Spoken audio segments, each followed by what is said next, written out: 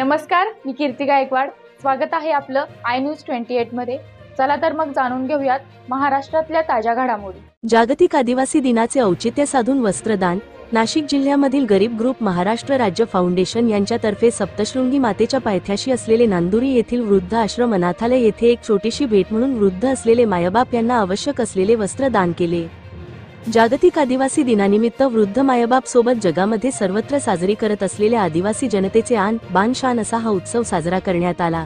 गरीब ग्रुप महाराष्ट्र राज्य फाउंडेशनचे संस्थापक पंकज ठाकरे, दिलीप ठाकरे, राधे महाले व अध्यक्ष व इतर सदस्य तसेच सहकारी मंडळी नामदेव खांडवी व राहुल ठाकरे सर्व मोठ्या संख्येने उपस्थित होते।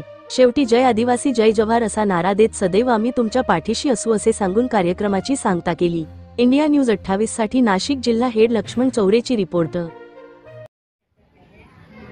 आजच्या या जागतिक आदिवासी दिनाच्या निमित्ताने गरीब ग्रुप महाराष्ट्र राज्य फाउंडेशनच्या वतीने सप्तशृंग वृद्धानंद आश्रमामध्ये त्यांनी एक चांगला पायंडा इथे सगळ्या सदस्यांना टॉवेल रूपात असं वस्त्रदान करून आदिवासी दिन या तरुणांनी अगदी आदर्श घेण्यासारखा पायंडा या ठिकाणी घातलेला आहे।